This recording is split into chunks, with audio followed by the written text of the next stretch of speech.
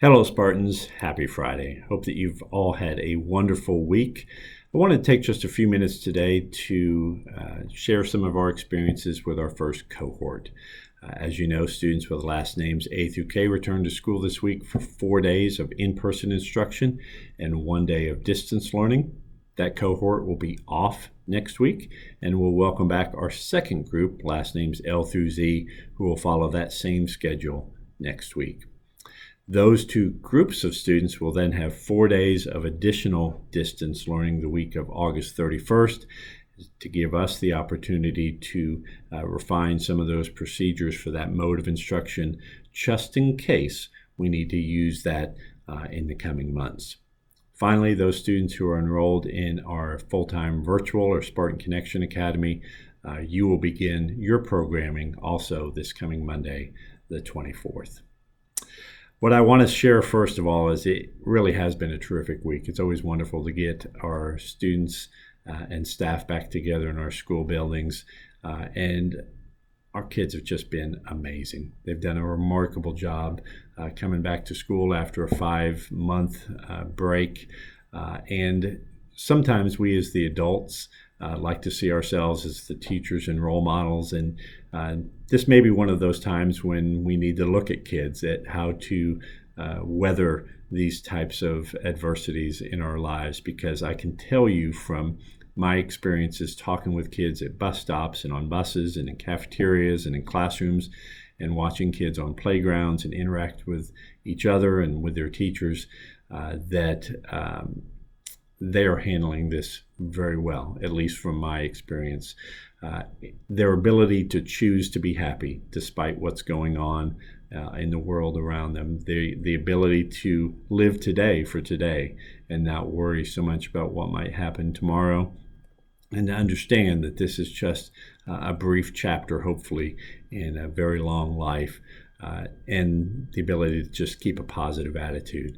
And I know that is a reflection of what's happening at home. So I want to applaud all of our parents and families for instilling that positivity in your kids and helping them deal with the stress and anxiety related to coming back to school, because they have truly done a fantastic job. And I know that our kids that are coming back next week will mirror that same attitude as they come back. So it's been great for me to see it. It's been great for our teachers to interact with our kids again. And I hope that that will continue as we move into the year. I wanted to just briefly touch on, again, the 4 reasons why we chose this cohort model and some of our experiences with it. First of all, we know that we need to do everything we can to reduce the number of cases in our schools and mitigate the potential transmission. We know that washing hands and creating those habits in our kids is going to be one tool that we use for that. The wearing of masks, I know it's controversial, but still the health professionals clearly advocate for the use of masks is one of the tools in mitigating that. Sanitizing our surfaces. Our teachers are doing a great job of keeping their classrooms clean, and we're doing nightly cleanings as well to make sure that our schools are as clean and disinfected as possible. And then that physical distancing. By having this cohort model, our buses have been running at less than 50% capacity. Our teachers have had fewer than 15 students on average in classrooms so they can spread students out. Our cafeterias, we have extra room, again, to spread students out in those buildings and in the hallways. So all of that, we hope, is going to help keep a lid on the number of cases that we do have in our schools and allow us to continue to stay in. I already talked about the distance learning component. That is critically important that we have time to practice those procedures. Any IT person will tell you that it's not as simple as just putting a device in front of every kid. There is a lot of training that's involved in making sure that our teachers are familiar with the new software and the new programs they need, and that students can log in. But even more than that, to make sure that our infrastructure can absorb the added demands that we're asking it to do. So we're working closely with BTC and other providers to make sure that our firewall, our switches, and all the mechanics that are behind this technology are working effectively as well. We've had some challenges this past week, and so we're working every single day to increase that capacity to make sure that we can serve our students in whatever form we need to. And finally, the ability to gather our own data. We know what the case numbers are in Tulsa County, in the state, and even here in Bixby, but we don't have any firsthand knowledge up until this week of what it looks like when we bring students and staff together. We have had some positive cases. I know you're aware of that already. But those number of cases, I think we've had 5 so far, 5 individuals in our schools. All of those individuals brought COVID here from wherever they came because they would not have been positive this quickly. So that's one of the lessons that we need to know is that COVID is out in our community and people are going to bring it into our schools, and it's our job to respond to that as we need. There will be transmission in our schools. I'm not trying to be naive to say that we're not going to have a student or employee spread from one to the other. That's going to happen. As long as we're in school and as long as COVID is still present in the numbers that it is in our community, we're going to have to deal with it.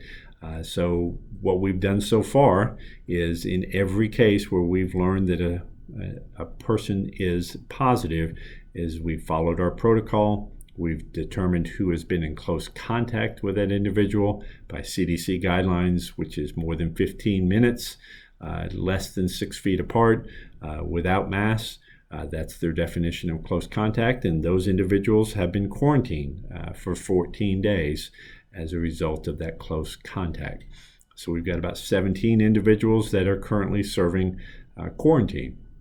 But we've had to be creative and innovative. So one of the things that we've done with one of our teachers who was positive is the other teachers that work with them are providing instruction to students remotely. And if you'd have told me a year ago that we'd have students physically present in a classroom and the teacher delivering instruction from their home with a substitute in that classroom, I would have thought that would be a very creative idea, but not something I would have thought that we would ever have to do. But ultimately, we're going to have to be creative and try and work our way through this so that we can continue to serve students in the best way possible. So again, I applaud those teachers. It was their idea to try and pull this off, and we're going to use that model, and we're going to continue to innovate on the fly and do what we need to do to serve our students moving forward. So as I said, we're very excited about our second cohort coming in next week. We're going to continue to monitor the COVID numbers. I was very happy to see this morning in the Tulsa World that case counts have come down 28% over the last week. And so with that kind of data, that shows about a 3-week downward trajectory in our COVID cases in the county. And if we continue to be able to manage the active cases here in our school system, puts us in a good position. But I don't want to make too rosy a picture here because we're still living in a global pandemic and things can change very, very quickly. But we hope that by the end of next week, we'll be in a position with some new data to be able to make a decision what way we need to go. It could be, if we have some outbreaks next week, that we need to extend our distance learning a little longer. But ideally, what we all hope is that the numbers will support us being able to bring everyone back together after Labor Day. I can't tell you right now what that decision will be. It will be based on the data and our experiences after next week. But I'm optimistic at this point, and so we just ask all of you to continue to do your part, following as many protocols as you can at home, trying to keep you and your families and your children safe from exposure to COVID, and following that self-screening checklist every day so that we're making sure that our students, when they come to school, are healthy and well as our staff. So thank you for your support so far. If If you have any questions, please contact your site administration or anyone at the district office. We'll be happy to help with that. Hope you have a great weekend, and we'll see our second cohort on Monday morning. Thank you.